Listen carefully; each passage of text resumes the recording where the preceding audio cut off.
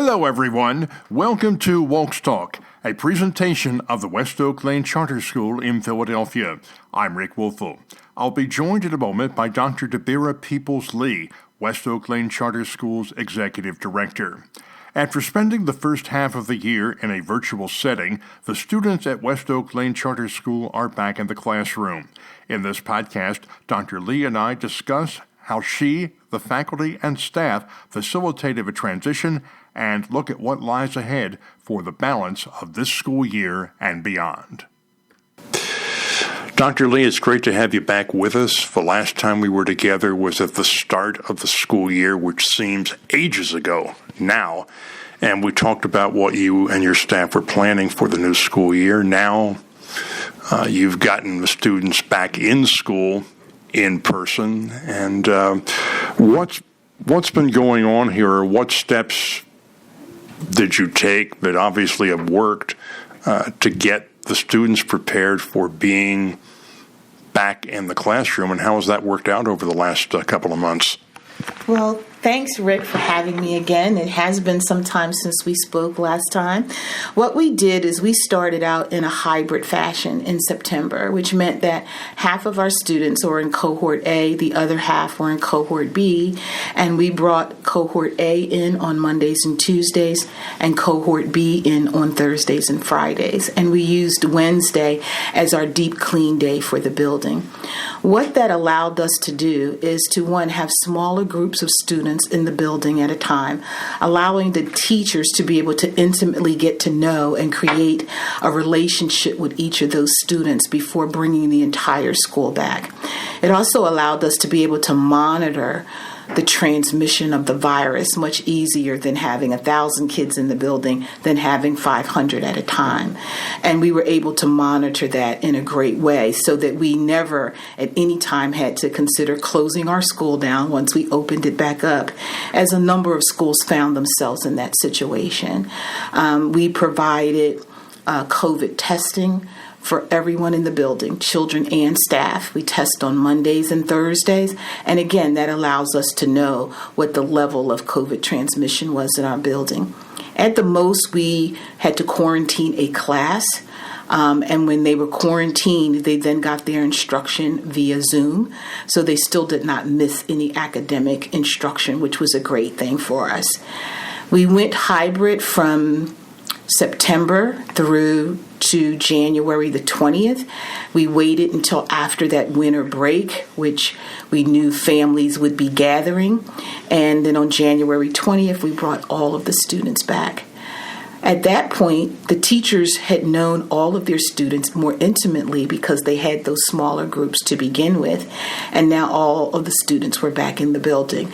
It felt like the first day of school. It was so exciting to have them all gather and be able to come back in the school as an entire school family.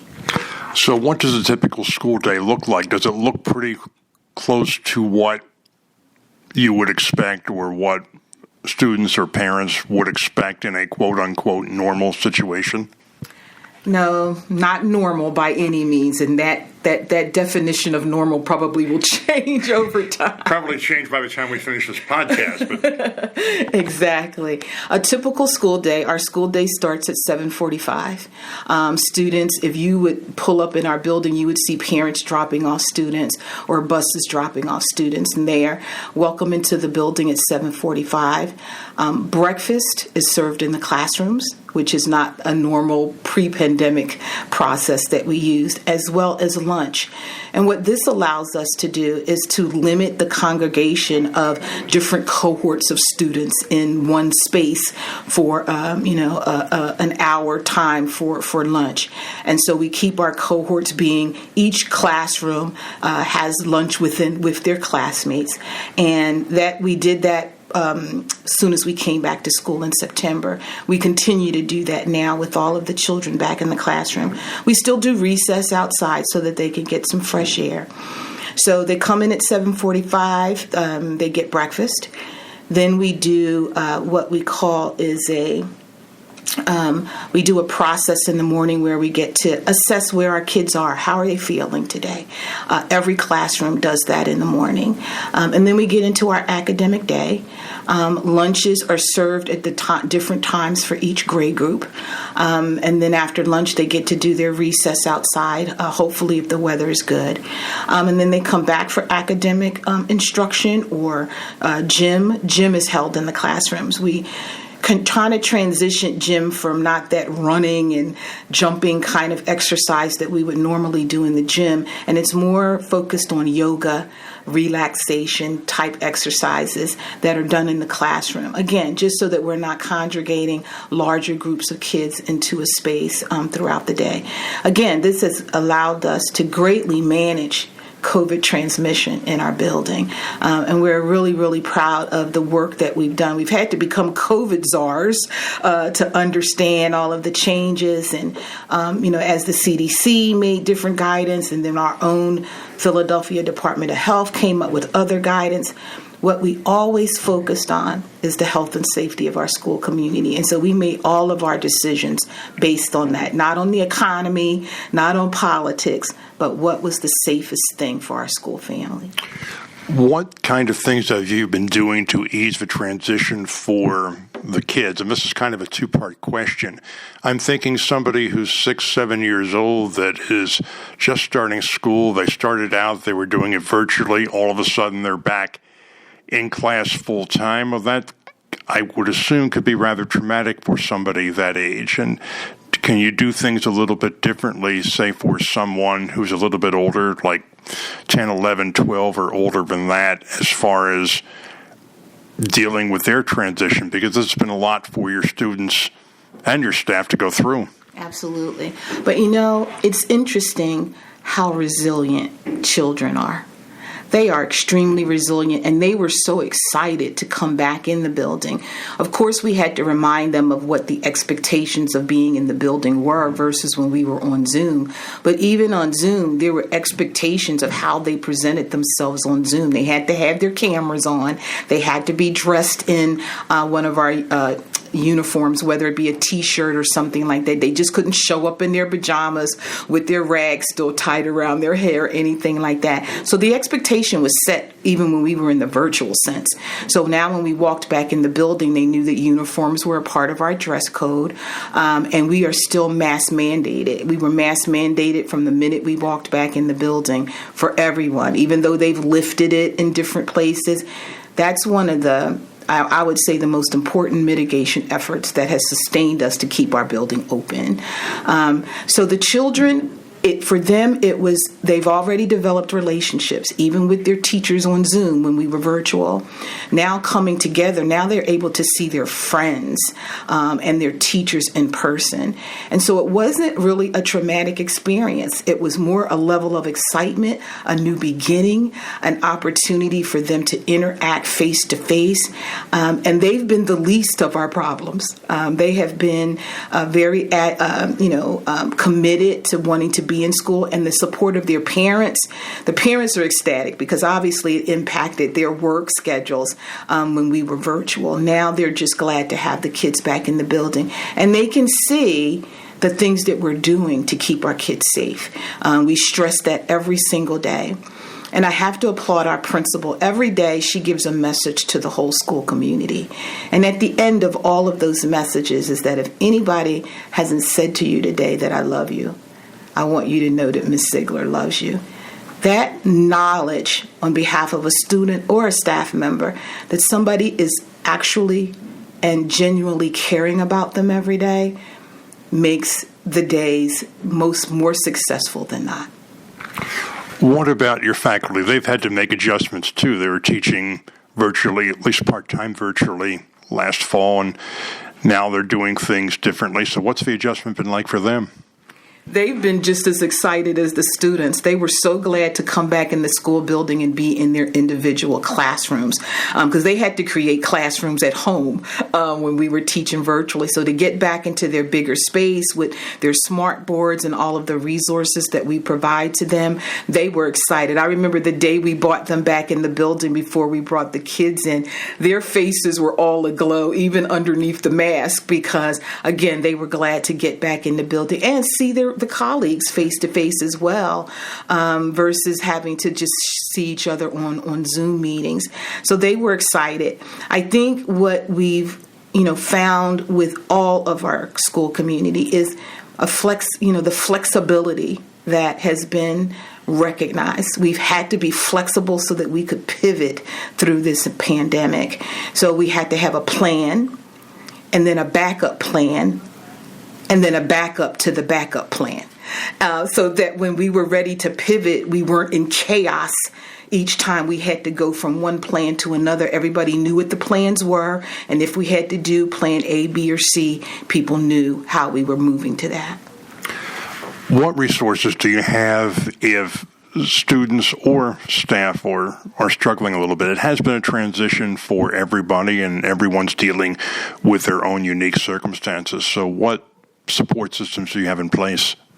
Well, this is where I'm proud to applaud our mental health and wellness task force that we created in the earliest days of the pandemic, where we pull all of our prospective folks together, whether they're internal or external, to our school community, to make sure that we're looking at all of the potential areas of resources that our families would need, whether it's our students, our teachers, or our parents.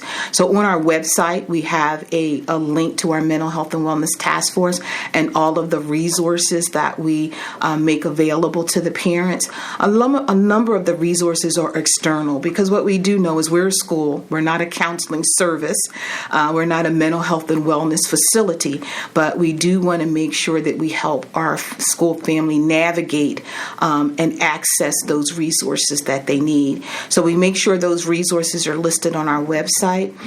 We do surveys to assess where people are, and if what we're doing, is it working for them? And if it's not working, what other ideas do they have and ways that we can support them? We have 2 counselors on staff, and we have 2 social workers on staff to be able to primarily focus on our students and our parents, because through our insurance provider, there are numerous resources for our staff to be able to link in around any mental health or well-being strategies that they need to do. Through our parent organization, which is FBI, Families Being Involved, we have monthly webinars for parents, and staff can join them as well, on ways to manage trauma, or ways to talk about grief or loss, or even directing them to resources if they need financial assistance or food security. All of these things we've been doing, and we've strengthened the resources that we're able to share with them. You did a great job of planning for everything, you and your team. When I talk about you would not want to take credit for any of this at all. So as far as your team, so you've planned for all these contingencies, and what you have done has worked. But has there been anything come up, any challenges that have come up that maybe you weren't expecting? To be honest, no. I think we really put so much work into planning and assessing people's thoughts and emotions around this that nothing has really surprised us. What we have recognized, though, since the students have been back a couple of months altogether, is reminding them of the climate expectations in the building. And so the focus that is announced every day in the morning when school gets started is that our mission is to ensure the growth of every student every day. And in order to ensure that growth, we have to have a climate that's respectful, that's calm, that students are not interrupted nor teachers interrupted in teaching and learning. So we repeat that every single day to our students. And then our motto is, West Oak Lane Charter School is a world-class school educating world-class citizens, so that they're reminded that our main purpose here is to make sure that they get educated. So at most, maybe some of the challenges may be, just getting students and keeping students on board to that mission that we look forward to every day. How important has it been to engage the parents in all of this? In a public school setting that, to put it politely, can be pretty challenging. But here, you really have a unified community that is working for the benefit of the students. So I would think that would make the process a little less difficult. I'm not going to say easy, but a little bit less difficult. You're right. I guess the biggest thing is we've never diminished our connection with the parents. We've had to have that connection the minute the pandemic started, and they got weekly or daily messages around everything that we were doing, so that we were being extremely transparent with them, as well as listening to whatever their concerns were. I mean, everybody wasn't on board when we went hybrid. Some parents were like, well, other schools are going full time with all of their students. Why aren't you doing that? We constantly always reminded them that health and safety played the most important role in our decision making. By the time we got to bringing all of the students back in the building in January, we had some parents say, well, why are you bringing them all back? So they had gotten already used to the hybrid way and seeing how safe the school community was. But then once we got rolling into everybody back in the building in January, again, they had to be just as adaptable and flexible as everybody else. It's the only way that we could collectively bring everybody back safely, keep our schools safe, not have to close down because of COVID, and be able to get our kids back on track with in-school instruction. With all the plans you've made, what do you have in your toolkit if there is another surge? Well, it's interesting that you ask, because we haven't taken many things away of what we've been doing. We're still eating meals in the classrooms. We're still mask mandated. We still have all of our mitigation efforts in place. The only mitigation effort that we took down was having the desk shields around each desk for the students, but they still have to wear their mask in the classroom. So we'll be ready to just do what we do. Nothing would really change about what we've already done. COVID testing is still in place twice a week. We have partnered with Children's Hospital of Philadelphia. We did a COVID vaccination clinic on 2 weeks ago. We'll do our second vaccination clinic in partnership with them again on April the 9th. We did 2 previously back in the winter months. So we'll continue to do all of the things that we do. Nothing will be challenging for us because all of these things are already in place.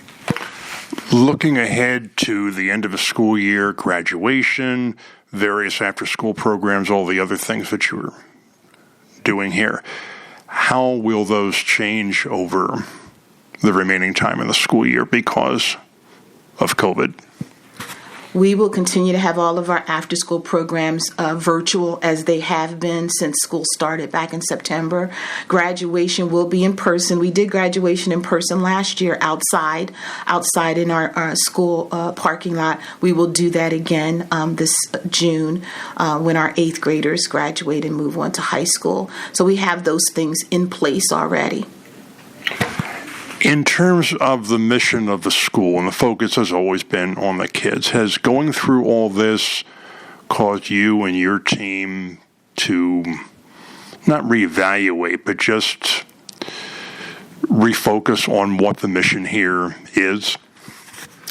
I think this whole experience has allowed us to intentionally reflect each and every day, which when you're busy doing the work, you don't think about reflecting on the work that you've done.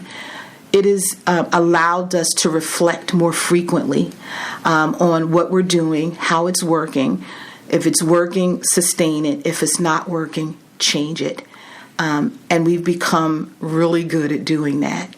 We've learned the importance of being flexible, being adaptable, and being collaborative with one another, which all ends up equaling being supportive of the work that we're doing, and always reminding people the reason that we're here. We're here because of the children and their families, so that we can all feel good about the hard work that everybody does. I have to applaud my teachers and their supporting staff. None of what we can do can be done without their support of everything. And their support and hard work is based upon the support and resources that we as administrators provide to them. So I always keep that high on my list as a priority. And the greatest thing I think we've learned is the value and the importance of technology.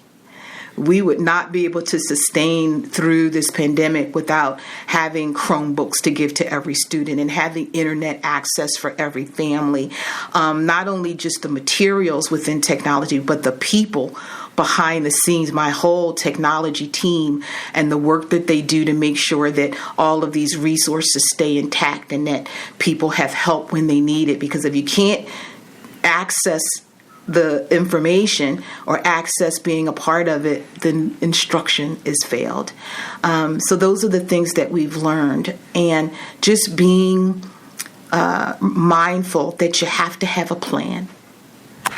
I've got one more for you, and this is something that I have noticed working with you and your team.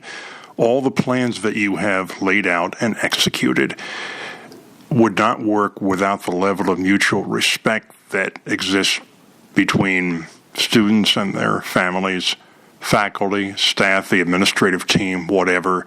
And you have that, and that, again, is not something that occurs everywhere. And a major reason that all this works for you is you have that mutual level of respect that's obvious to anybody that walks in the door here. Oh, I appreciate you saying that, Rick.